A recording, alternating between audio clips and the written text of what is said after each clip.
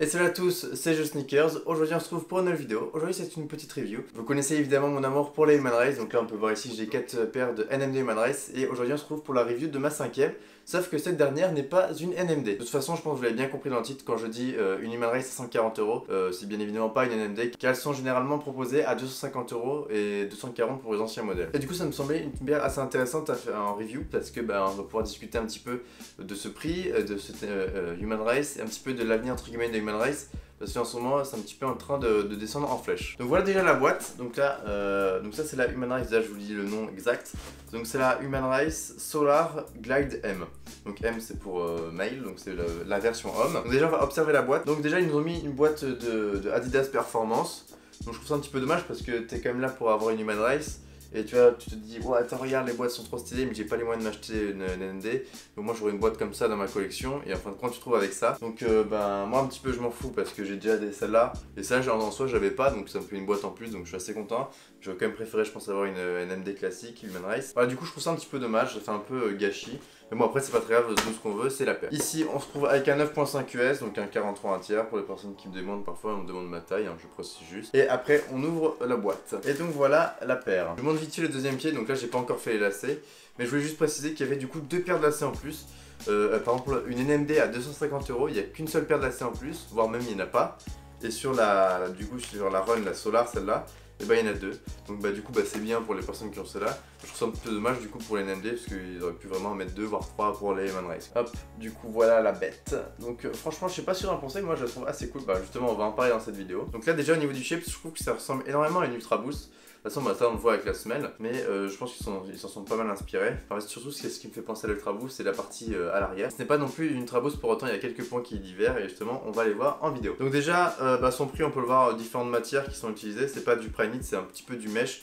C'est assez épais, genre c'est un petit peu comme assez spongieux, je sais pas comment expliquer, mais la matière est assez bizarre. C'est-à-dire que c'est assez flexible, tu vois, c'est assez élastique, mais c'est pas du Primeknit en fait. Donc ça d'un côté c'est pas mal parce que ça change et d'un côté c'est assez confortable, tu mets ça avec des grosses chaussettes, ça peut être bien. Sauf que du coup ça fait un peu cheap, tu vois, ça fait un petit peu, enfin c'est pas du Primeknit quoi, ça fait un peu en mode mesh, Primeknit, on sait pas trop. Donc je trouve ça pas non plus ouf, mais du coup c'est ce qui nous fait un peu comprendre le prix. Peut-être j'aurais préféré la même à 180€, donc le prix à peu près du Ultra Boost, mais avec du Primeknit et des vraiment belles pièces, alors que là je trouve que ça fait un peu vite fait à l'arrache et du coup je trouve ça un petit peu dommage. Également je précise, elle est sortie du coup le 25 septembre au prix de 140€. Elle est sortie aussi dans deux autres coloris, donc il y avait un coloris noir et un coloris blanc.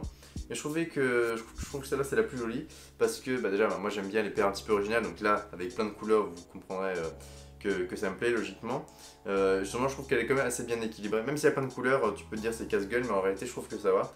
Un petit peu comme la Challenge en Spoon. Et elle se colorait donc un noir et un blanc comme j'ai dit, mais sauf que je trouve que le noir et blanc, ils avaient intégré des petites couleurs aussi un peu flashy comme ça, mais je trouve qu'elle s'était pas assez bien intégrée. Je vous mettrai des photos, de toute façon vous jugerez par vous-même, mais je trouve que c'était pas non plus ouf. Je trouve que ça c'était quand même la meilleure. C'est assez logique parce que sinon je l'aurais pas pris. Donc au niveau des couleurs justement, on a toute la partie avant du pied, c'est du orange. Ensuite là tout sur le dessus du pied c'est du jaune comme ça. À l'arrière du coup entre le jaune et le violet du coup ils ont fait une espèce de transition avec un espèce de patch un peu comme ça en semi-cuir rouge comme ça avec l'empreinte HU, donc ça c'est assez cool. Donc la partie que je vous ai dit qui fait penser à la Ultra Boost en vert, toute une partie en noir est fait un peu en mode carbone, c'est pas trop mal. Dessus la languette en rouge avec le logo Adidas, donc ça c'est pas mal. Et sinon oui voilà, on a une petite partie en bleu, ils se sont dit tiens on n'a pas mis assez de couleurs, on va mettre un petit truc en plus. Donc ça je trouve ça assez cool, tu vois, qu'ils mettent des petits bouts de tissu en plus comme ça. Ça fait un peu en mode Virgil Abloh, je trouve ça sympa. Et au niveau des lacets aussi, c'est la première fois que je vois ça. Ils ont mis donc par-dessus des gros patchs noirs comme ça. Donc c'est assez spécial, hein. Ça change beaucoup, donc moi je trouve ça cool. Et ils ont mis des gros lacets ronds assez longs. Enfin, ça c'est un peu dommage, mais ça on a l'habitude avec Adidas et même avec toutes les autres marques en fait. Et ils ont mis des gros lacets en mode zébré comme ça. Le lacet, moi je trouve vraiment canon. Et je trouve que c'est entre les meilleurs lacets qu'ils auraient pu mettre sur cette paire, parce que si tu mets des lacets noirs ça fait un peu en mode sombre, si tu mets des lacets blancs ça casse un peu, ça fait pas très joli. Mais là mettre des zébrés comme ça surprend et je trouve ça vraiment très bien joué de leur part. Donc voilà un petit peu pour les couleurs, et ici voilà le petit patch en jaune. Et en dessous on a une semelle continentale. Et justement pendant la semelle, on n'a pas parlé. Donc là l'arrière ça me semble vraiment à une Ultra Boost, mais quand on regarde l'avant, c'est un petit peu chelou, c'est à dire qu'en fait ils ont mis une Ultra Boost mais ils se sont dit ok, il faut qu'on mette une paire pas trop chère, donc on va mettre faut pas mettre que du boost, quoi, faut pas déconner. Donc ça je trouve ça un petit peu dommage encore une fois. Mais en gros il y a une espèce de barre de plastique qui part tout au-dessus de la paire, et qui finit sur l'avant de la semelle. Donc d'un côté en fait quand on réfléchit c'est pas mal parce que souvent cette partie là c'est la partie qui se tache et qui s'abîme le plus sur du boost.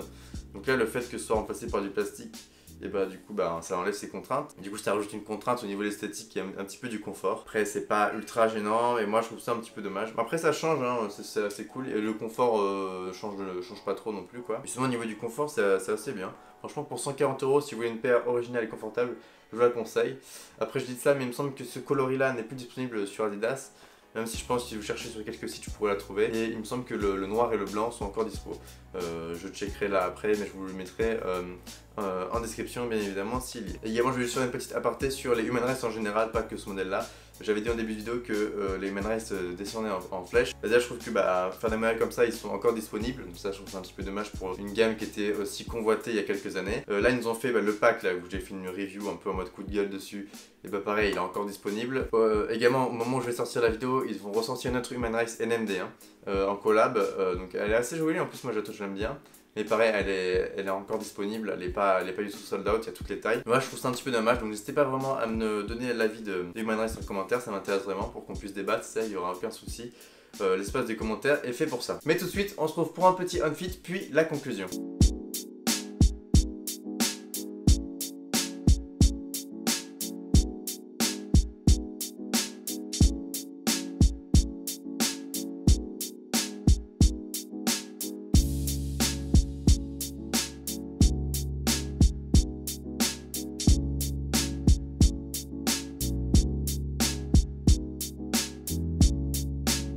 Et donc voilà, j'espère que la vidéo vous aura plu. N'hésitez pas à me dire votre avis de cette paire et de la collection Human Race en général en ce moment. Parce que moi, même si j'aime bien les Human Race, je les porte quand même, mes anciennes, je les kiffe toujours. Mais je trouve que les nouvelles ne vont de moins en moins bien. Donc je sais pas s'ils font plus de quantité ou si les gens l'aiment moins. Mais je trouve qu'ils font un peu de la merde en ce moment. Enfin bref, je vous laisse me donner votre avis là-dessus. On se dit à la semaine prochaine, de bonnes vacances pour certains. Ciao ciao.